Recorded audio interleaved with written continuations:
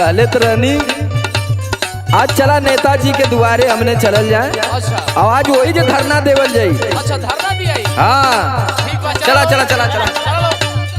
रड़ुआ समाज अध्यक्ष जी जिंदाबाद जिंदाबाद। रड़ुआ समाज अध्यक्ष जी जिंदाबाद जिंदाबाद। रड़ुआ समाज अध्यक्ष जी जिंदाबाद जिंदाबाद।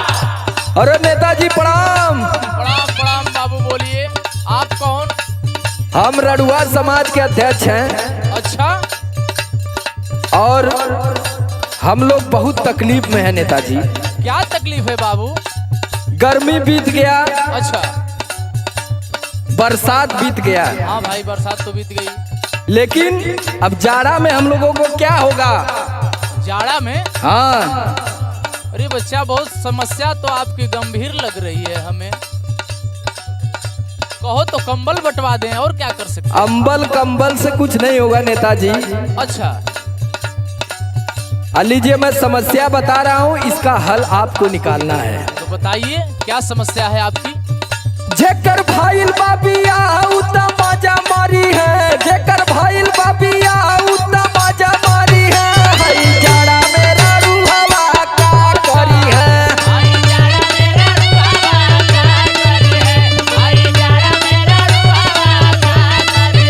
अरे का करी है हो भैया, का करी है हो भैया, का करी है।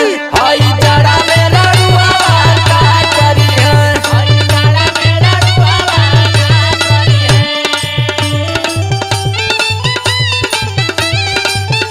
अरे दिया हो दिया बाबा टेंगारी भैया।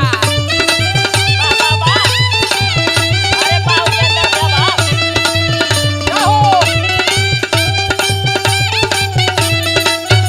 ओए बे! लूटा लूटा।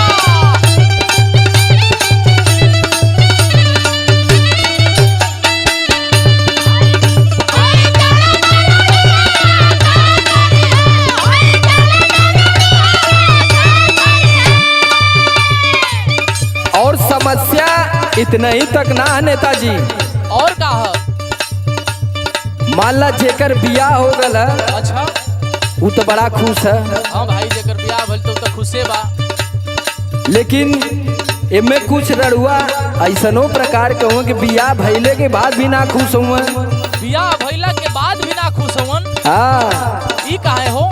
जैसे में प्रकाश जी हुए, अच्छा एडीआर जी, ते अंसल बहु होइल हवा का?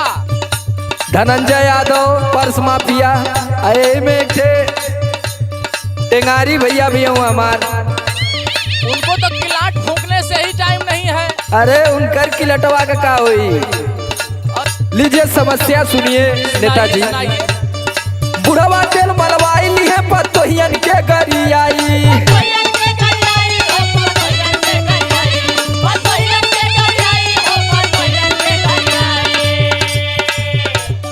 भैया भौजी सुझई है संग में ओढ़ रजाई।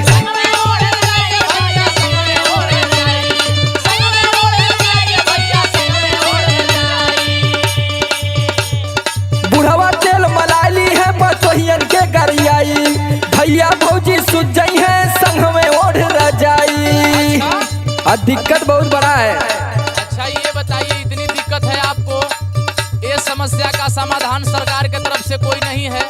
सबका तो सरकार सुन रही है, तो हम लोगों का क्यों नहीं? ठीक है प्रयास करते हैं, ऐसी व्यवस्था होगी तो जरूर सुना जाएगा। अगर हम लोग की मांगे पूरी नहीं होंगी तो हम लोग आमरण अनशन करेंगे यहाँ पर।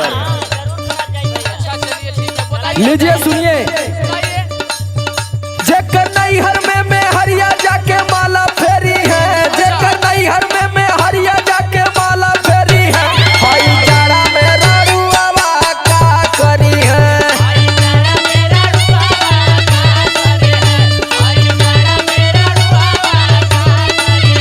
अरे का करी है हो भैया, का करी है हो भैया, का करी है। हई जाड़ा में रड़ुआ का करी है।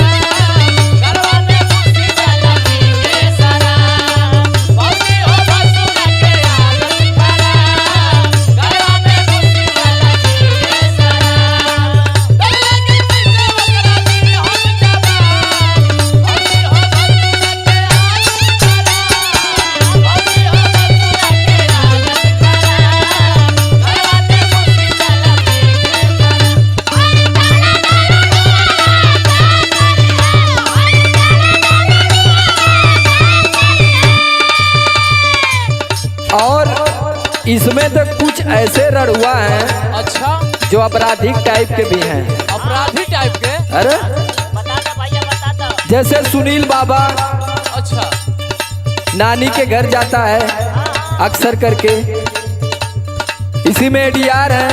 अच्छा ये है एडीआर जी। देखा संदीप राज उर्फ राज, है। आनंद कप्तान, अच्छा धर्मदेव बक्चौत जी।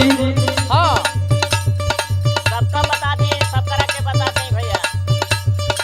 और के बा उपिंदरो भाई सुनो तनी रड़ुहे बाड़े। हाँ हम भी देखा थी कि उपेंद्र भाई कभी सुने में आया कि शादी तय हो गया, अच्छा लेकिन अब इन जबले कुछ लगन उगन लिखा न जा तबले कैसे मनबा। अच्छा अगर सरकार सुनवाई नहीं करेगी नेताजी अच्छा तो क्या होगा? तो देखिए यही सब झेलना पड़ेगा। फिर आप ही कहेंगे कि ये सब तुम लोगों ने क्या किया। अरे भाई आप लोग देश के भविष्य हैं, ऐसे कदम क्यों उठा रहे हैं बताइए, लीजिए सुनिए। सुनाइए। कितनी झकियां खिड़की कितनी डकियां डाड़ावारी,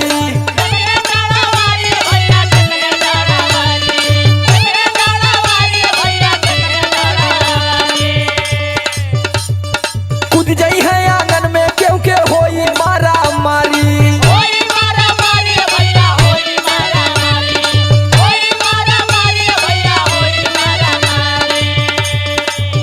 यही सब झेलना पड़ेगा। इसमें देखिए सबसे खतरनाक टाइप के परवीन यादव हैं, अच्छा अच्छा, अब प्रिंस भी उसके साथ है। ये दोनों लोग साथ ही में हैं। हाँ कितनी झकियां खिड़की कितनी डकियां डाड़ावारी, कूद जाई है आंगन में क्यों के होई मारा मारी।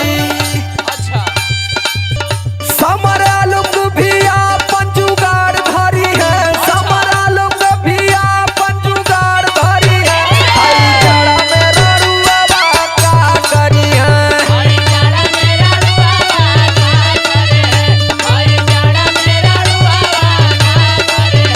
अरे का करी है हो भैया, का करी है हो भैया, का करी है।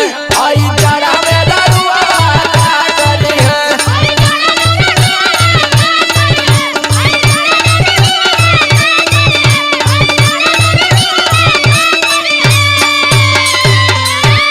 ऐसा करिए अध्यक्ष जी कि आप लिखित दे दीजिए जी। और आपकी मांग हम दिल्ली तक पहुंचा देंगे, हो सकता है तो पूरी हो जाए। थैंक यू नेताजी, थैंक यू।